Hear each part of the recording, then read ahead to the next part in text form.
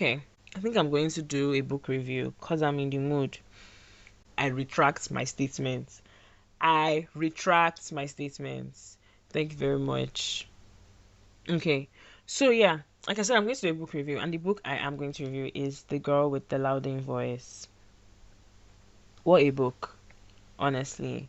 Anyways, let me read my review just to jog my memory also through the book, and then I will give my thoughts about it as I remember, because I did read it a while ago. I'm only just deciding to talk about it, but not like in depth. That I will There will be spoilers. I just finished reading The Girl with the Louding Voice, and I was completely immersed. Yes, I was, as I am with like most Nigerian literature. I think it's just easier for me the way I read is I get very immersed in the story. I don't know if everybody reads like that, but people I know and myself, this is how we read.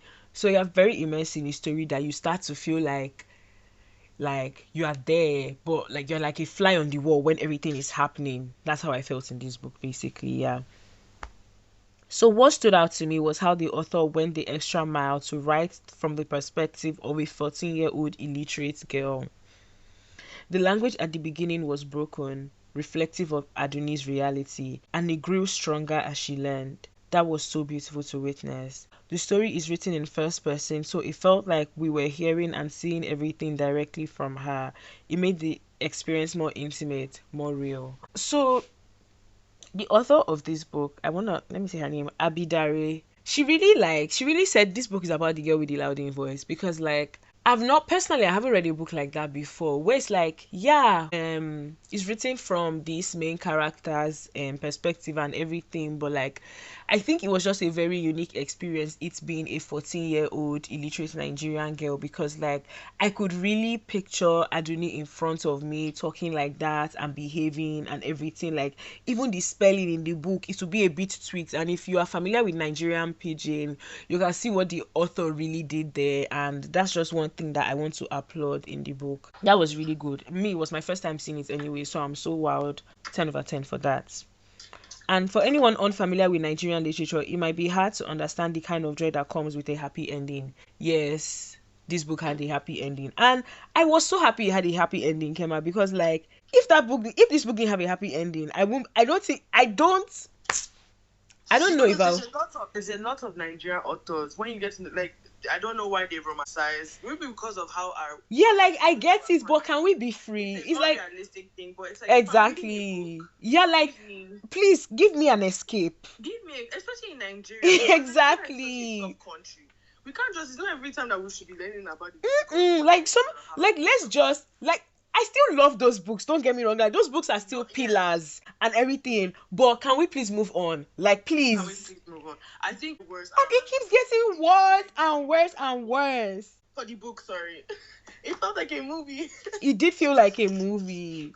Yeah. But yeah, it's just what it was, man. That it was a good book, and this one did, and it kind of mattered. It mattered, like I don't know, to anybody that is familiar with Nigerian literature, and I need you to read this book. This book is like a hug. It's like, okay, it's opening a space for you to find more books that, yes, they went through this traumatic ending and everything, but they still got their lick back. Like, don't be out here making us look like we defeated. It gives. I'm so hope. Sorry. Lapo baby and Nepo. You put your life into that box. Guy, I don't know. I don't understand. I just, this was something I choose to ignore, like, because no, actually. But yeah, I'm going to go back to the review now.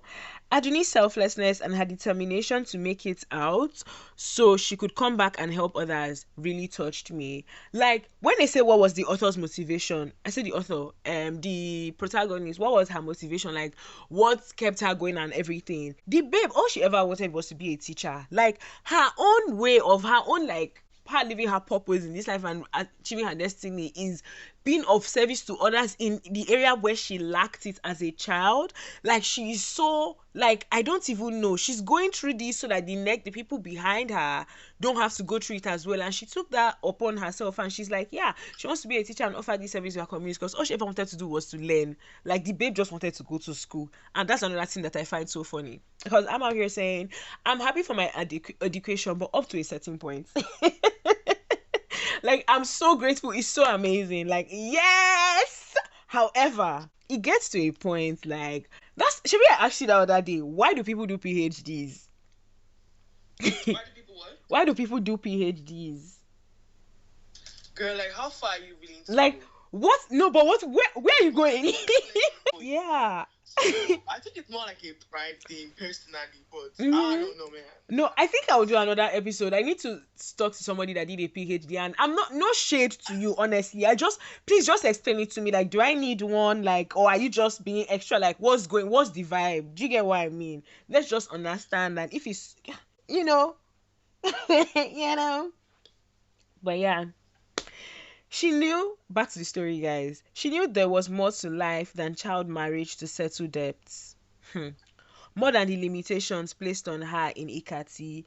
And even though she carried that burden, even escaping didn't come without loss. Her co-wife Khadija didn't make it out alive. I felt free sharing this bit of information because I don't think that was a spoiler, because that's not like the story. Do you get what I mean? Like, if you've been reading the book long enough, you know that baby's gonna die.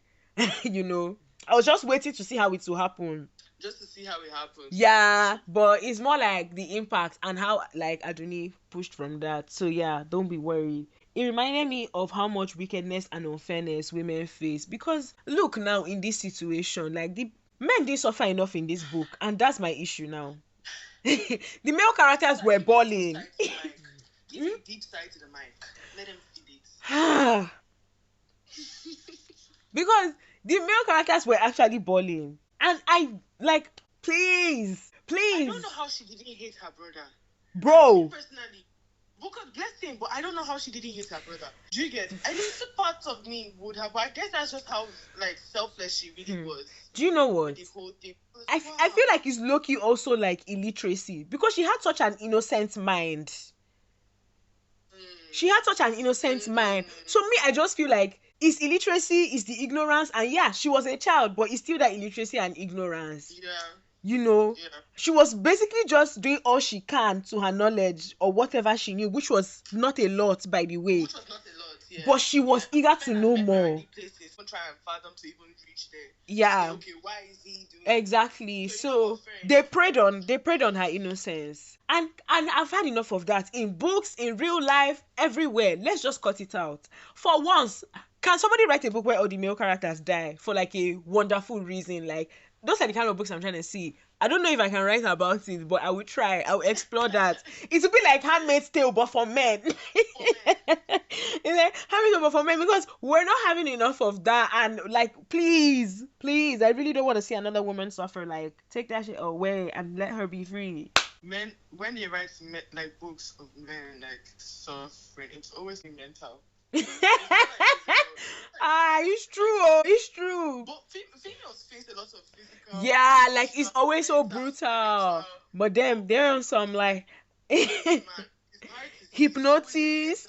It's actually that they're always the like psychological thrillers. It's because of them. Yeah, we're literally like doing hard.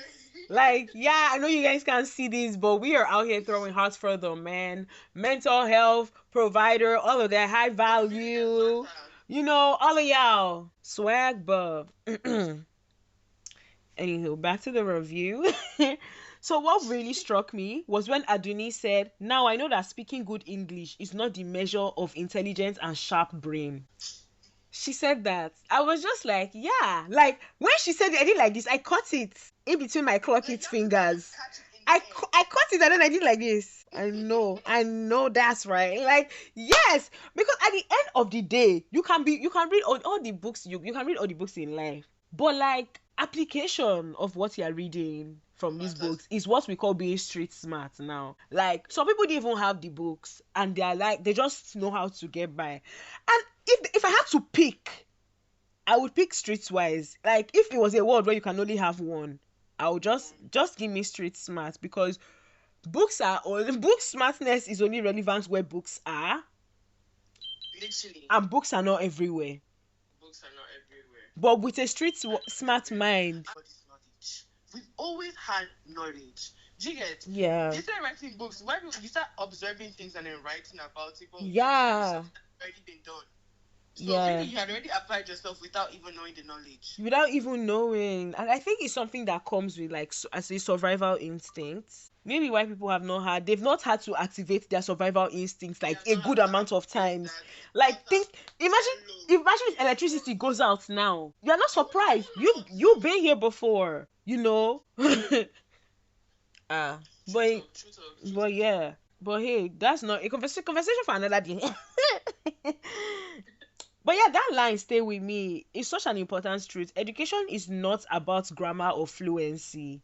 It's about awareness, having a voice, and having the power to choose. And this was the conclusion I drew from the book. Like, yeah, shout out to Adonia and the story she went through, and that she had a happy ending. However, I learned something so important from her. Like, coming from somebody that had desire her whole life was to know how to speak good English, because to her, that was the measure of an educated person. But then now getting to that point and realizing actually it ain't all that to have all the books and know how to read and be fluent and speak English, but actually it's about having a voice, that you have a voice and you can do whatever you want with that voice, and then just, the power of choice. So yeah, that was inspiring. That was a 10 out of 10 book in my books. I would give that a solid 10 out of 10. And that was The Girl with the Louding Voice by Abi Dare. Welcome to Kumbaya Corner. I hope you read the book. I hope you guys read the book. And if you don't read it, it's fine. But you should though if you want to, of course. But yeah. Anyways, ciao.